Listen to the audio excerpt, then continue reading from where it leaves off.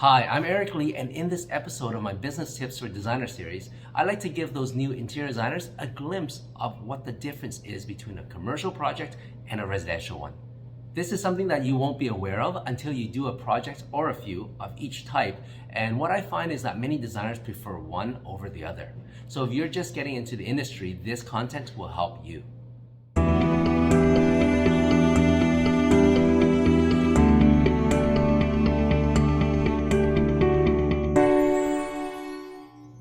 If you're an interior designer that's just out of school and wondering what's the difference between a commercial project like a retail store, office, restaurant, or design a hotel, and a residential project where you're designing someone's house, then there's probably more differences than you think. I've known some designers prefer one type over the other. I myself have started my interior design career designing commercial projects like offices and restaurants, but then later on shifted to custom homes where I was building my own business. And I can tell you that I like both for different reasons. So I'm going to give you 5 big differences between commercial and residential projects. 1. Commercial projects have a faster project cycle.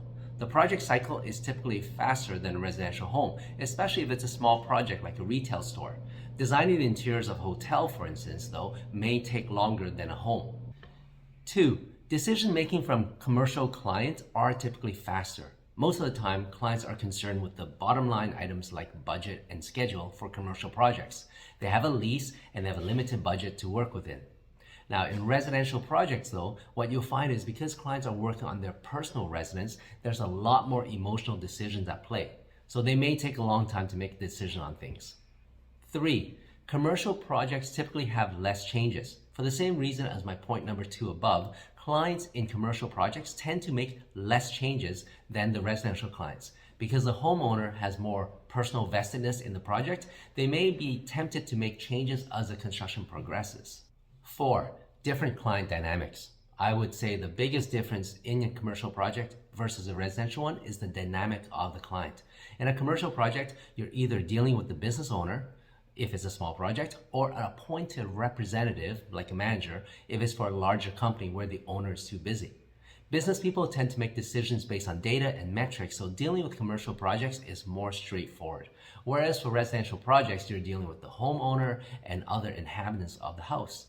Many husbands and wives, for instance, don't agree on things, and oftentimes you have to play the role of a marriage counselor in a residential project. Some people don't mind this and enjoy the more personal relationship that develops as they design someone's house, whereas some designers don't like to play that counselor role. The 5th and last point is public appreciation of your work.